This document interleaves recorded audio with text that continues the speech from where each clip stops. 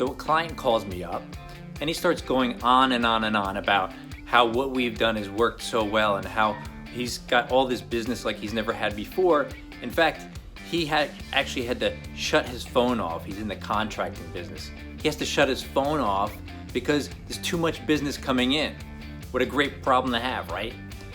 He goes on and on to say that, he has his friend who he's talking to, and this guy really needs branding, and this guy really needs to do this, and this guy really needs to do that, and how he's struggling to get new clients, and what does he do?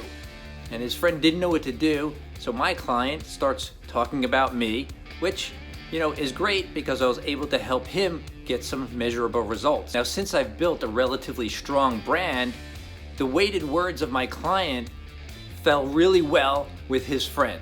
And so his friend was starting to feel hopeful that maybe I could help him with his marketing efforts for his company. So right there, the strength of my brand has preceded me. I delivered a great experience for a client. He turns around and he tells a friend of his. That's how it's supposed to work. So by the time I got introduced to his friend and I hopped on a phone call with him, his friend was already in a good state of mind. He already felt positive. He already felt hopeful that maybe I could help him. Now the truth is, I don't know if I can or if I can't. I never know that up front. I don't have a crystal ball. How could I possibly know if I can help him? I do know that building a strong brand for any company always helps, so I can stand on that. But as for his particular situation, I wasn't sure if I could help him. Once we got on the phone call, he started telling me a lot of what I usually hear.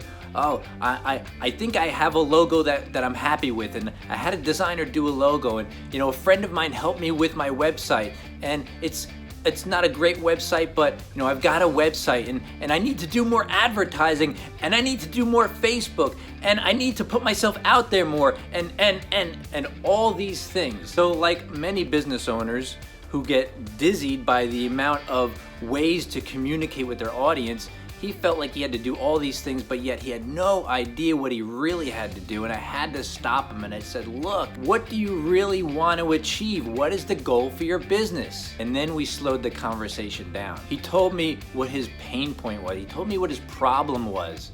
He told me where he'd like to be and what he needs to have in order to sustain a great business for himself. So I stopped him once again. I said, well, here's what I do. Here's what I help businesses do. And I told him, I'm not sure if I can help you, but if we did this, this, and this for you, would that be a home run for you?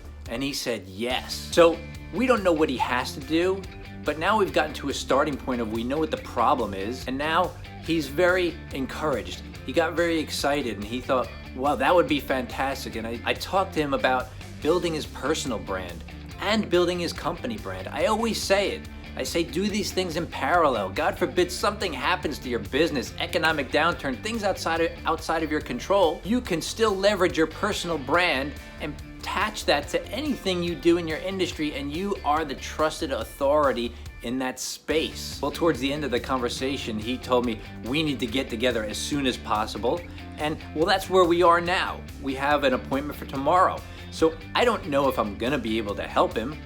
I believe that I can, but that remains to be seen. So this is still in progress. But at the end of the call, what happened was I said, did you get a chance to go to my website? And he said, no, I didn't. So I gave him the name of my website, and of course, on purpose, my URL is very easy to remember. I said it to him once, he got it. We hung up the phone.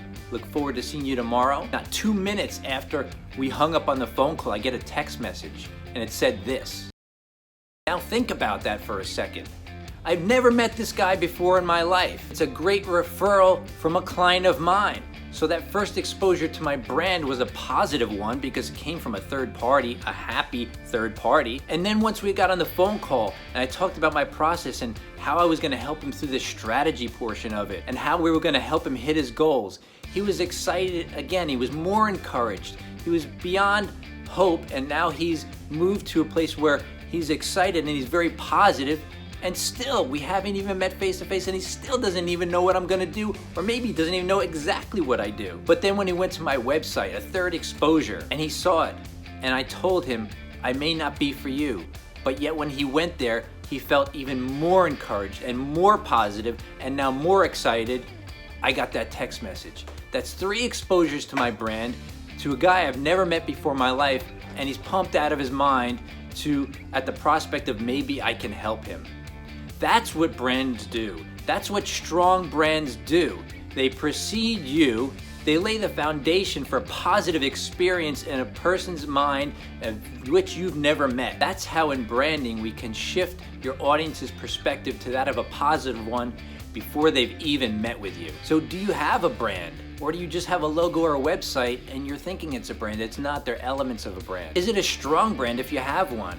Is it preceding you in a positive way, where every exposure is a positive experience? One more check in the column of pros of which they should hire you. So a strong brand will precede you.